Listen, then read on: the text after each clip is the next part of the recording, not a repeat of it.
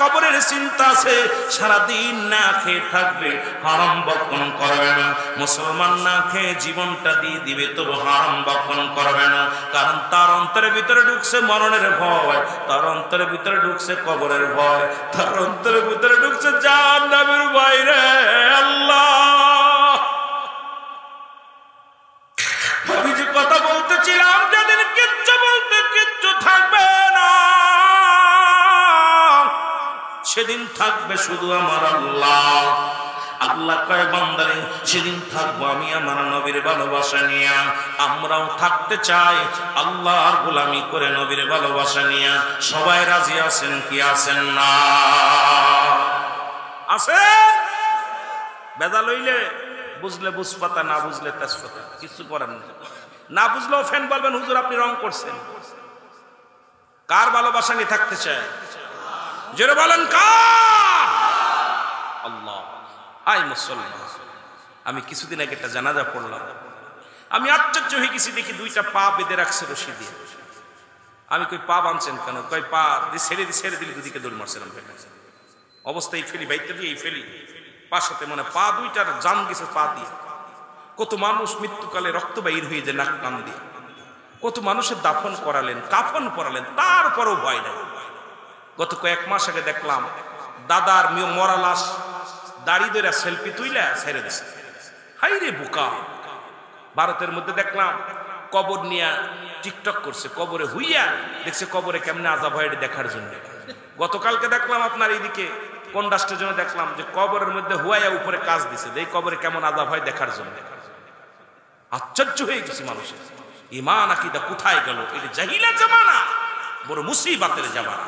নবীজি বলছে এই দুনিয়াটা হলো পচা দুর্গন্ধ মুড়ি, মানুষের চরিত্র হলো কুকুরের চরিত্র। কুকুর যেমন মুড়ি পাইলে খুশি হয়, সে জামানার মানুষ সম্পদমুখী হয়ে যাবে।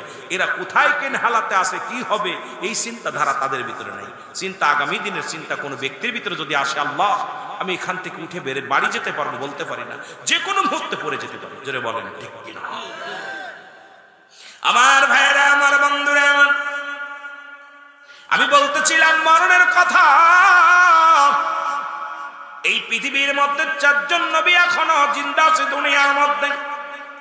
তাদের মধ্যে একজনের নাম হলো হযরত ইদ্রিস আলাইহিস সালাম, যাকে একবার ইন্তেকাল করেছেন, আবার সে দুনিয়ার মধ্যে আবার অমুসলমান জান্নাতের মধ্যে জীবিত অবস্থায় আছে। আর একজনের নাম হলো, যিনি পানির দায়িত্ব আছে, হযরত খিজির আলাইহিস সালাম। আর একজন আছে মুসলমান শোনো, তিনি হলো পাহাড়ের দায়িত্ব আছে। এই গাজীপুরের জমিনে যদি পাহাড় থাকে, এই পাহাড়ের দায়িত্ব আছে, ওনার নাম হলো হযরত ইলিয়াস আলাইহিস সালাম। আর একজন ব্যক্তি দুনিয়ার মধ্যে জিন্দা আসবে, আমার নবীর উম্মত হয়ে আসবে, জানা আসেনি নামটা? মারহাবা মারহাবা। কি নাম? হযরত ঈসা আলাইহিস সালাম। জোরে বলেন মারহাবা। বুঝা গেছে আপনারা কিছুটা জানেন, কিছুটা জানতে পারেন মুসলমান। এই 4 জন ব্যক্তি এখনো জিন্দা আছে গো। এদের মধ্যে হযরত ইদ্রিস আলাইহিস সালামের ঘটনা অনেকে জানেন। ইদ্রিস আলাইহিস সালামকে নিয়ে অনেক ইতিহাস বর্ণনা করতে গেলে অনেক আলোচনার অনেক প্রয়োজন, কিন্তু আমি ওদিকে যেতে পারবো না। আমি আলোচনা যাব যেদিকে গেছি, কবর হাসর মিজানের দিকে। বাস্তবতা নিয়ে কিছু কথা বলবো, মা বোনদের কিছু কথা বলবো। অনেক মা বোন আছে, তাদেরকেও নিয়ে কথা বলা লাগবে। বাবারের সামাজিকতা নিয়ে আলোচনা করা লাগবে, কারণ এই মহল্লার মধ্যে আজকে ইসলামী সম্মেলন প্রতিদিন করা সম্ভব নয়। 5 দিন ব্যাপী আলোচনা, এর ভিতর থেকে যেন কিছুটা বাড়ি নিয়ে যেতে পারি। আল্লাহ, যারা আজকের ময়দানে বসেছে তারা যেন ক্ষমা পেয়ে যায়। আল্লাহ, তাদের জন্য তুমি ক্ষমা করে দিও।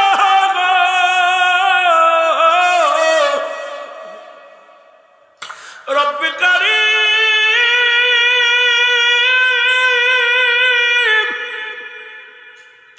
এত পরিমাণ পাপ করেছি রে, এই পাপের বোঝা নিয়ে যদি কবরে যায়, তার নাম ছাড়া কোনো গতি নাই। আল্লাহ আল্লাহ, আমাদেরকে তুমি মাফ করে দিও, আমাদের ভুল ত্রুটি তুমি ক্ষমা করে দিও রে মুসলমান। ইদ্রিস আলাইহিস সালাম কাল্লা ডাক দিয়ে বলে, ইদ্রিস জান্নাত পে খুশি হয়েছো নি? বলে আল্লাহ আমি জান্নাত পে বড় খুশি হয়েছি। আমার আল্লাহ কয় ইদ্রিস রে আমার জান্নাত বড় দামি, জান্নাত বড় বড় নিয়ামত। ইদ্রিস আলাইহিস সালাম ডাক দে বলে রব্বে কারীম তোমার জান্নাতের নিয়ামতের আমি বিবরণ কি দেব? তোমার জান্নাতের বিবরণ আমার দেওয়া সম্ভব নয়, কিন্তু তোমার আজরাইল আমার সঙ্গে ভালো ব্যবহার করে নাই। তোমার আজরাইল আমার কষ্ট দিছে জানটা বাইর করার সময়। আল্লাহ ডাকতে বলে আজরাইল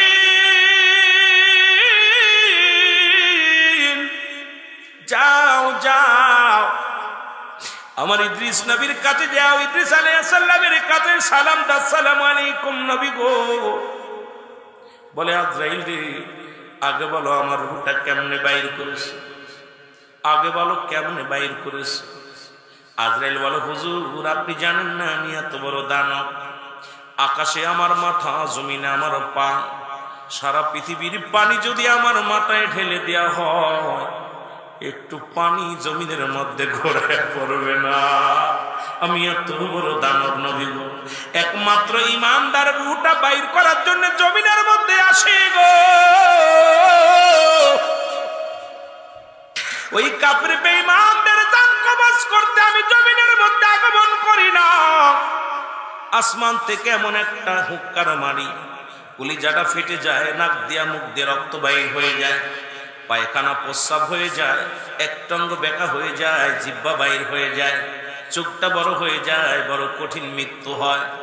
একমাত্র ইমানদারের মৃত্যুটা আমি দুনিয়ার মধ্যে আসি, সালাম দিয়া তার আত্মাটা বাইর করি, জানটা বাইর করি। আল্লাহ নবী ইদ্রিস আলাইহিস সালাম বলে আজরাইল আগে বলো আমার মৃত্যুটা কেমনে হয়েছে। ডাকতে বলে হুজুর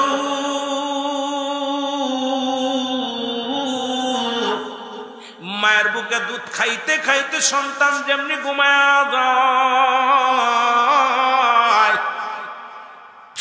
মায়ের বুকে দুধ খাইতে খাইতে সন্তান যেমনি ঘুমায়া যায় আপনার মৃত্যুটা নবী গো এমনি হয়েছে।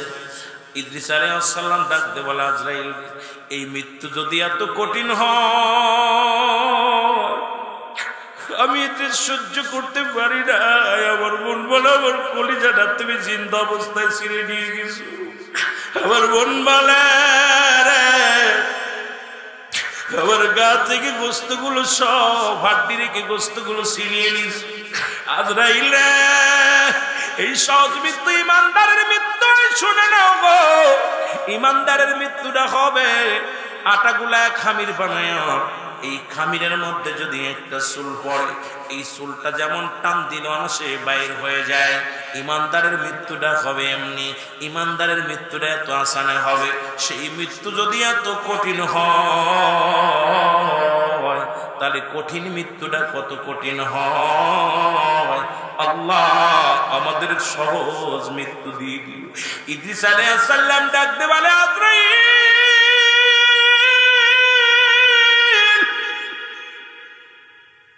ওরে এত সহজ মৃত্যু যদি এত কঠিন হয়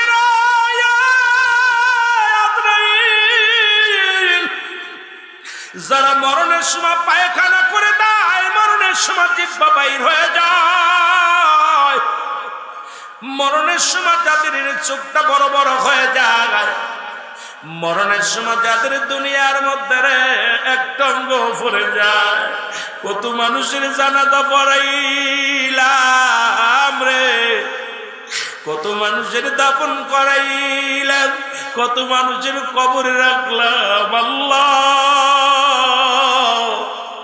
কোন দিন যেন আমার লাশটা কবরে শোয়াইবে, কে আসিয়া আমার কে গোসল করাইবে, কে আমারে দাফন করাইবে, কে আমারে কাফন পরাইবে রে আল্লাহ। এই দুনিয়ার মধ্যে আমাদের সকলের মৃত্যুটা আসান করে দিও। ইদ্রিস আলাইহিস সালাম ডাকতে বলে আজরাইল রে মৃত্যু যন্ত্রণা এত কঠিন আমি মৃত্যুবরণ করে অনুভব করতে পেরেছি। জোরে জোরে চিল্লায় বলা যাবে না আল্লাহু আকবার।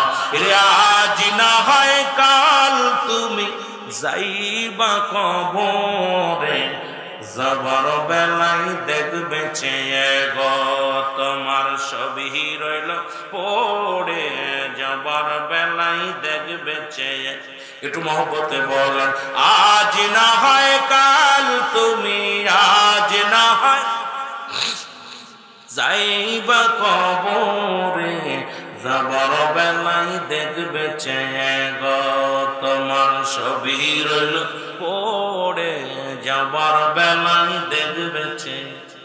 ও ভাই দাদাই গেছে বাবাই গেছে, কেউ আসলো না ফিরে, তোমার তো যাইতে হবে রে যেদিন আজরাইল আসিবে, তোমার তো যাইতে হবে রে। বলো আজ না হয় কাল তুমি, আজ না হয় যাইবা কবরে, যাবার বেলায় দেখবে চেয়ে গো তোমার ছবি রইল। মহব্বতে বলেন, যাবার বেলায় দেখবে চেয়ে গো তোমার ছবি রইল।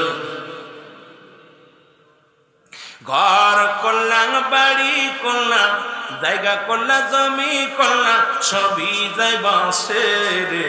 ঘর করলাম, বাড়ি করলাম, জায়গা করলাম, জমি করলাম, সবই যাইবা রে। তোমার তো যাইতে হবে রে যেদিন আজরাইল আসিবে, তোমার তো যাইতে হবে রে। বলো আজ না হয় কাল তুমি, আজ না হয় যাইবা কবরে, যাবার বেলা দেখবে চেয়ে গো তোমার ছবি রইল পড়ে, যাবার বেলা দেখবে চেয়ে গো।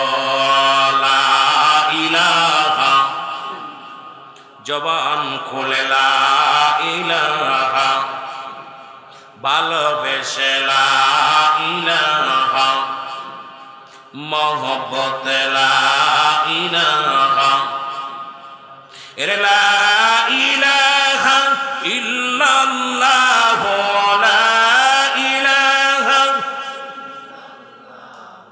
মুহাম্মদ রাসূলুল্লাহ, লা ইলাহা। এ দুনিয়ার মুসলমান,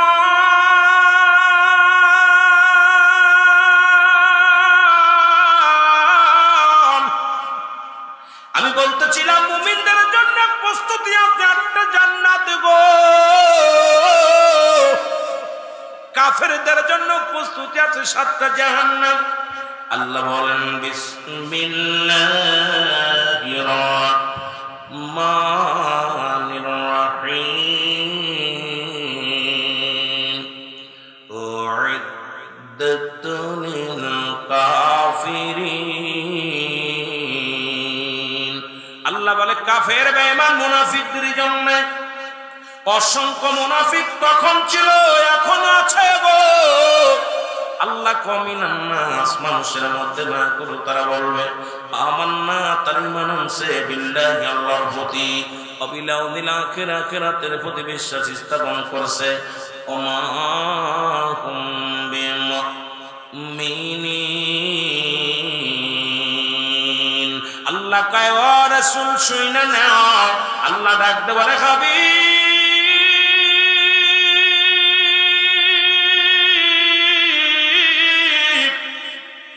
মানুষের মধ্যে বেঈমান আছে গো।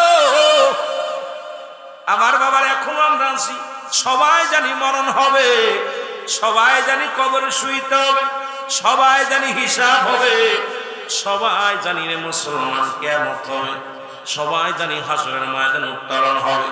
জানি কি জানি না? জোরে বলেন জানি কি জানি না? কিন্তু জানি তারপরও মানি না। ওয়াজ বাড়ি নি না, ওয়াজ এখন বাড়ি নি না। ওয়াজ যেখানেই ওয়াজ করি সেখানেই আলোচনা রেখে যায়, যেখানে শুনি ওখানে নিই না। আমার বাবারা শুনে না। এই জন্য আগের যুগে মসজিদ ছিল কাঁচা, মানুষের ইমান ছিল পাকা। এখন মসজিদ হইছে পাকা, মানুষের ইমান ফাঁকা।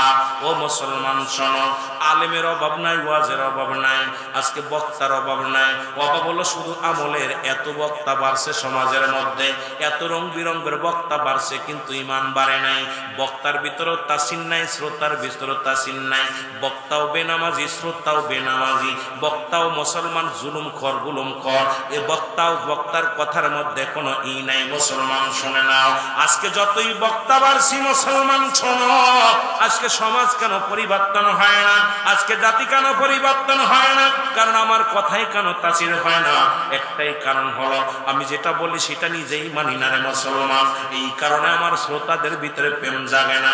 যদি আমি সেটা মানতাম, আমার শ্রোতাদের ভিতরে প্রেম জাগতো। জোরে জোরে বলেন ঠিক কিনা? আর একটু জোরে জোরে চিল্লায় বলেন ঠিক কিনা? আইরে রং বিরঙের বক্তা বাইর হয়েছে। এই বক্তাগুলো আমি আশ্চর্য হয়ে যাই মাঝে মাঝে, নিজেও চিন্তা করি এমন একটা জামানায় বক্তা হয়েছি, এই জামানা কবরে যেতে পারবো। অধিকাংশ আলেম, 3 শ্রেণী আলেম ইয়াউমাল কিয়ামতের ময়দানে আল্লাহ রাব্বুল আমিন তাদেরকে সুরে মারবে, একদম ফেরেশতারা সুরে মারবে তাদেরকে, জান্নাতের সীমানায় যাবে। তার ভিতরে নাম্বার 1 এই দুনিয়া কামানোর জন্য যারা ইলম অর্জন করছে, দুনিয়ার সম্পদ, টাকা পয়সা, ধন দৌলত কামানোর জন্য ইলম অর্জন করছে। 2 নাম্বার হলো যশ খ্যাতি নাম। আমার সুনাম আমিরুল আমিন সিদ্দিকী বাংলাদেশ 1 পিস, আমার মতো কেউ নাই। এই একটা অহংকার, আমি বড় বক্তা, বড় জান্নাওয়ালা, আমার মতো আর কেউ নাই, সব গরু। কথা বোঝেন নাই? এই অহংকার যখন আসছে, এই বক্তাগুলো কিয়ামতের ময়দানে কঠিন লাঞ্ছিত হবে, অপমানিত হবে। 3 নাম্বার হলো যে সমস্ত বক্তা ইলম অর্জন করছে অন্যকে ধরার জন্য, শুধু বায়াজে তর্ক, বায়াজে জিতার জন্য। তার ইলম অর্জন করছে কাকে ডাউন মারা যাবে, কাকে অপমানিত করা যাবে। সে নিজের চিন্তা করে আমি বড় আলেম, আমার সামনে দেখিয়ে যাবে। আমার দেশে অসংখ্য আলেম আছে এরকম, খালি অন্যের পিছে লাগার চিন্তা। ওর খালি ইলম অর্জন করাই হলো, ও ধরতে হবে। এই 3 শ্রেণী আলেম কিয়ামতের ময়দানে বড় কঠিন বিপদের মধ্যে পড়ে। আল্লাহ আমাদেরকে বুঝার তৌফিক দান করুন সকল। আরো যারা বলেন আমিন। কষ্ট হচ্ছে নি ভাই? আমিন কইতে কষ্ট হয়? আমাদের দিকে আবার আমিন যে তারে হলো জমি মাফে। কি মাফে? আমিন যারে বলে, আমিন বললে বুঝায় মনে হয় জমি মাফা লোক। আপনাদের কি বলে? যারা জমি মাফে তাদের কি বলে? কাম সারছে। এই জন্য আপনারাও বলতেছেন না আমিন, কারণ আপনাকে তো জমি মাফার দরকার নেই, ঠিকই না? আমার ভাইরা, আমার বন্ধুরা, এই মুনাফিকদের জন্য, কাফেরদের জন্য আমার আল্লাহ রাব্বুল আলামিন একটা নয়, 2টি নয়, 7টা জাহান্নাম প্রস্তুতি। আল্লাহু আকবার। আর একটু জোরে বলা যাবে না আল্লাহু আকবার? এ ভাইরা, আমার বন্ধুরা, 2 নাম্বার বিপদ হলো মানুষের কবর।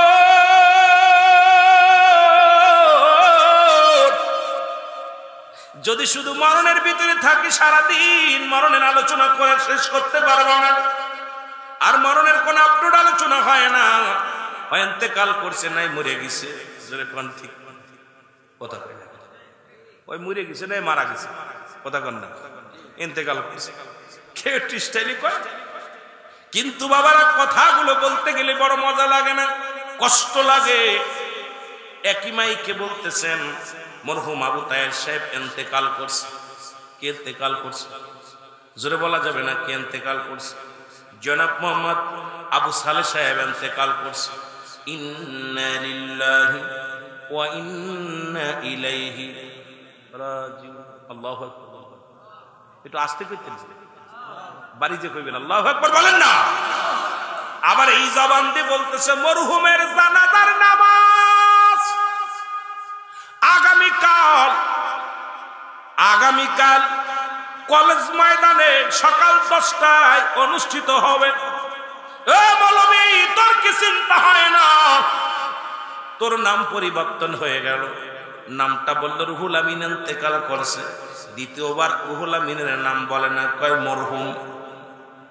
কথা কন না, আপনাদের আবার নাম ধরে কয়, নাম ধরে কয়নি। কি কয়? হুমায়ুন আহমেদ ইন্তেকাল করছে, ইব্রাহিম হোসেন ইন্তেকাল করছে। এখন কয় ইন্তেকাল ইব্রাহিমের জানাজার নামাজ অমুক সময় অনুষ্ঠিত হবে। না বাবা, নামটা পরিবর্তন, কয় মরহুমের জানাজার নামাজ।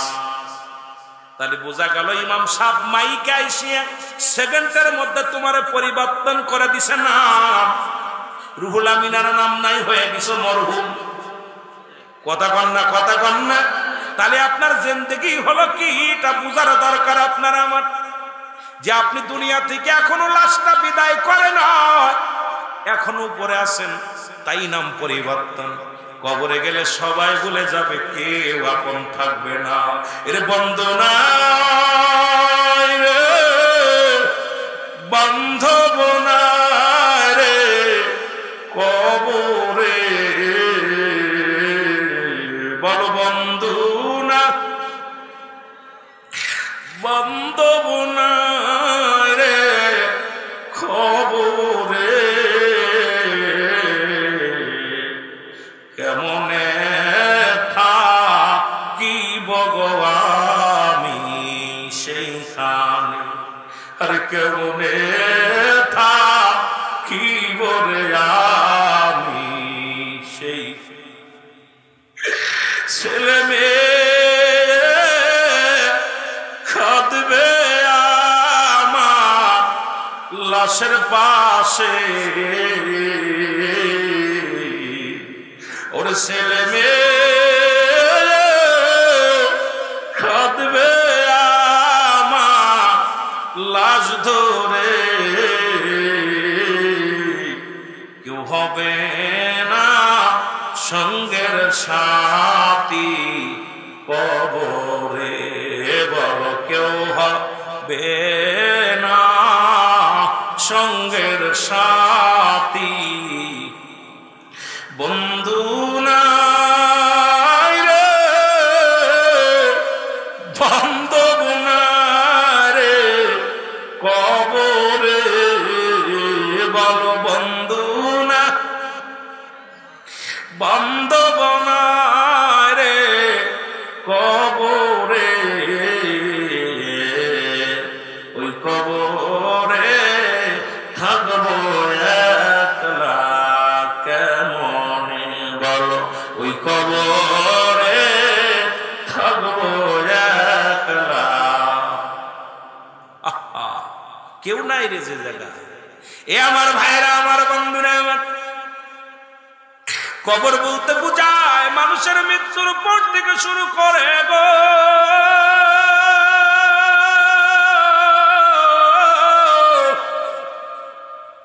কিয়ামত পর্যন্ত জগৎটাকে বলা হয় কবরের জগৎ। জোরে বল আল্লাহু আকবার, আর একটু জোরে বল আল্লাহু আকবার।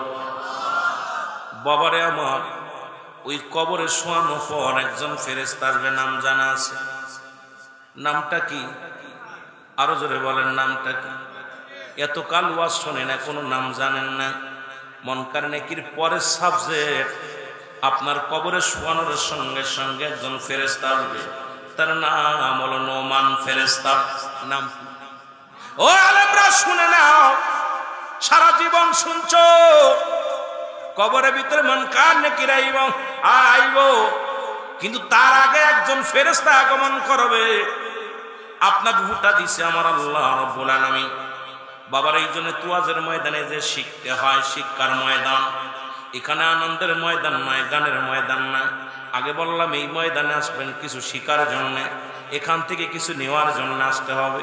এই ময়দানে এত কষ্ট করে ঘুম কামাই করে বসে আছেন, বিনোদন নেওয়ার জন্য নয়, এখানে আসবেন গুনাহ মাফের জন্য। জোরে বলেন ঠিক কিনা? আর একটু জোরে জোরে চিল্লায় বলা যাবে না ঠিক কিনা? কারণ মদিনার মাটু মাটি, বাংলাদেশের মাটু মাটি, মদিনার মাটি গায়ে লাগলে গুনাহ ঝরে যায়, বাংলাদেশের মাটি গায়ে লাগলে চুলকানি রোগ হয়। মুসলমান মদিনার পাথরে চুমা দিলে গুনাহ ঝরে যায়। বাংলাদেশের পাথরের মধ্যে আপনাদের কাপাসিয়া, এই না গাজীপুরের পাথরের মধ্যে, রেল স্টেশনের পাথরের মধ্যে চুমা দিলে প্রস্রাবের গন্ধ পাওয়া যায়। এখন মাটিতেও বেশ কম আছে, মুসলমান পাথরে পাথরে বেশ কম আছে। আরে আগামী দিন যখন সকাল মাহফিল শেষ হয়ে যাবে, তখন যদি কোনো ব্যক্তি বলে জান্নাতের বাগান, তাকে বলবেন পাগল। আজকের ইয়াজুল জান্নাত বেহেশতের বাগান, আগে হলো বেহেশত, তারপরে হলো বাগান।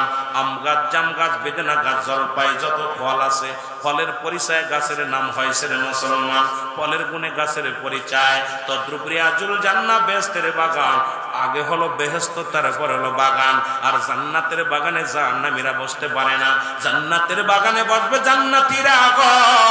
এই জন্য এই বাগানটা হলো রিয়াজুল জান্নাহ, বেহেশতের বাগান। এই বাগানের যত দাম মুসলমান, আগামীকাল যখন এটা হবে খেলার মাঠ, এখানে হবে ফুটবল ময়দান। কিন্তু আজকে কোরআন হাদিসের খাতিরে ময়দানের নাম হয়ে গেছে রিয়াজুল জান্নাহ, বেহেশতের বাগান। জোরে জোরে চিল্লায় বলেন মারহাবা। আর একটু জোরে। জায়গার দাম বাড়ছে ব্যক্তির গুণে, ব্যক্তির জন্য জায়গার দাম বাড়ছে আজকে কোরআন হাদিস আলেমদের খাতিরে। আজকে মাহফিল সাজিয়েছে যারা, ওলামা ইকরাম আসছেন, কোরআন হাদিসের কথা বলবে। জায়গার কত দাম জানেন? এই জায়গাটার নাম হলো রিয়াজুল জান্নাহ, বেহেশতের বাগান। সুবহানাল্লাহ বলেন না? আরো জোরে, আরো জোরে। আরে জান্নাতীরা, এই ময়দানে যত ফায়দা আছে এটা বাইরে এত ফায়দা নেই। এই জায়গাটার যত হাকিকত, বাইরে এত হাকিকত নাই। অধিকাংশ মানুষ ইয়াউমাল কিয়ামতের ময়দানে জান্নাতের দরজা খুঁজবে, পাবে না। তখন ফেরেশতারা বলবে তোমরা কি দুনিয়ার জান্নাত দেখো নাই? বলে সেটা আবার কোনটা, সেটা আবার কোন হালুয়া? দুনিয়ার মধ্যে উলামা ইকরাম যেখানে কোরআন হাদিসের আলোচনা করতো ওটাই জান্নাতের বাগান। সুবহানাল্লাহ বলেন। আরো জোরে, আরো জোরে। কিন্তু কপাল পোড়া মানুষ। যদি বলা হতো হই হই কাণ্ড রই রই ব্যাপার, আসিতেছে এক ঝাঁক ডানা কাটা পরি, নাসিবে কিনা কোমলা সুন্দরী, ইনশাআল্লাহ। ঠিক কিনা? কথা কয় না কেন? এই ময়দানে মানুষ ধরতো? কথা কন। গাজী কালুর গান হইলেও ধরতো না। কারণ আমার দেশের মানুষ কেন যেন ইসলাম থেকে অনেক পিছিয়ে গেছে। আর এর একটাই কারণ হলো আমাদের বক্তাদের কারণ। আমি সবসময় বক্তাদের দুর্নাম দিই এই জন্যে যে আমাদের এই মতের বিনিময়, চিন্তা কর উলামা সাহেব শোনার মতের লগে আমার মত মিলবে না। আরে মাওলানা, প্রাইমারিতে এক বিদ্যা, হাই স্কুলে এক বিদ্যা, কলেজে এক বিদ্যা। এই জন্য অ্যারিস্টটল, সক্রেটিস বই লেখাবার বলছে নো দাইসেলফ, নিজেকে নিজে চিনতে হবে। মানাফান নফস, নিজের নফসকে চিনতে হবে। কলবু সালিম, আত্মাকে পরিশুদ্ধ করতে হবে। কিন্তু আমার দেশের সবাই জাত জাতটা পরেরটা চিন্তা করে, খালি সমালোচনা। নিজের নিজে তুমি কে? আমি রুহুল আমিন কে?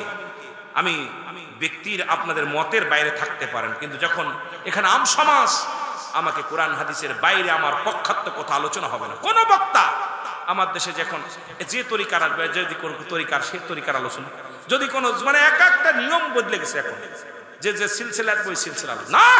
কারণ জনগণ এখানে সাধারণ, এখানে আমলিগ, বিএনপি, জামাত, শিবির সব ধরনের মানুষ আছে। আমাদেরকে আলোচনা করতে হবে কোরআন হাদিস দিয়ে এইভাবে যে হেদায়েতমূলক কথা বলতে হবে, যা দ্বারা মানুষের কল্যাণ হবে। জোরে বলেন ঠিক কিনা? এটা পক্ষাত হয়ে গেছে। নেতৃত্বের মতো আসলে কি অবস্থা, মাঝে মাঝে কষ্ট লাগে, তবে বলতে পারি না, কারণ এত বড় জ্ঞানী তো না বাবা। যেটুকু জ্ঞান অর্জন করেছি এটুকের মধ্যে দিয়ে আল্লাহ, আমি জ্ঞান চাই না, আমি চাই আমল। আমল করে যেন নাজাত নিয়ে জান্নাতে যেতে পারি বাবা। আল্লাহ যেন কবুল করে, সকল বলুন আমিন। আমি যে কথা বলতেছিলাম, দুনিয়ার মুসলমান শোনা নাও, ফেরেশতার নাম কি? আস্তে কইতেন না, জোরে কইতেন। হযরত নোমান ফেরেশতা, উনি কবরের ভিতর আসবে, ডাকতে বলবে বান্দা ওঠো গো। নোমান ফেরেশতা রাতের মধ্যে থাকবে দুইখানা কাগজ। বাবা ওয়াজ শোনো, ও দরদি বন্ধু শুনে নাও, দুই টুকরা কাগজ থাকবে, একটা হলো নেকির কাগজ, একটা হলো বদির কাগজ। ডাকতে বল বান্দা রুহুল আমিন সাহেব ওঠো। রুহুল আমিন রে উঠে বড়, জহিরুল ইসলাম টুটুল ভাই উঠে বড়, সালাউদ্দিন সাহেব উঠে বড়, এ আনে আমিনুল ইসলাম উঠে বড়, মাইনুল ইসলাম উঠে বড়। এইরকম নাম ধরে ধরে ডাকবে, বেটা ওঠো। উঠিয়া বলবে আমার আল্লাহ তোমার রুহ দিয়েছিল, আজরাইল তোমার রুহ নিয়ে গেছে। এরা মুসলমান কিরামান কাতিবিন তোমার আমলনামা লিখে রাখছে গো। এই দুইখানা পত্র আমি নিয়া তোমার কাছে হাজির হয়ে গেছি, এইগুলো তুমি লিখে দাও। এখন তোমার আমি রুহটা দিলাম, তাড়াতাড়ি লিখে দাও, দেরি করো না। বান্দার হাতে ধরাইয়া দিবে আমল নামাটা, ভালো আমল নামাটা। যখন হাতের মধ্যে দিয়ে দিবে, বান্দা দেখবে 40 বছর 50 বছর কত রাকাত নামাজ পড়েছিলাম, কতটা রোজা রাখছিলাম, কতটা আমল করেছিলাম, নামাজ রোজা হজ যাকাত ইত্যাদি ইত্যাদি আমল করেছিলাম। বান্দা বড় খুশি হয়ে যায়, বলবে ফেরেশতারা রে দাও দাও, আমারে দাও, আমি লিখা দিব। বাবার কবরের ভিতরে যার আমল নামা লেখা লাগবে, টিপসই চলবে না।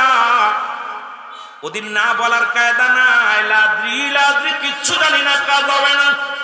কারণ আপনার আমলনামা যার আমলনামা তার লেখা লাগবে, ওই কেরামন কাতিবিন জিরা লিখে রাখছে, ওটা গচ্ছিত রাখছে, এটা আপনার ফটোকপিটা সামনে হাজির করে দিবে। তোমার দেখে দেখে লেখা লাগবে রে মুসলমান। বান্দা তখন বলবে আমি লিখবো, আমি তো কলম নাই, আমার কাছে কলম নাই। ডাকবে ফেরেশতা বলবে বান্দা, ও বান্দা শুনে নাও, কলম হলো তোমার ডান হাতের শাহাদাত আঙ্গুল 12। জোরে জোরে চিল্লায় বলা যাবে আল্লাহু আকবার। এর উপায় নাই রে, উপায় নাই রে, উপায় নাই। অন্ধকার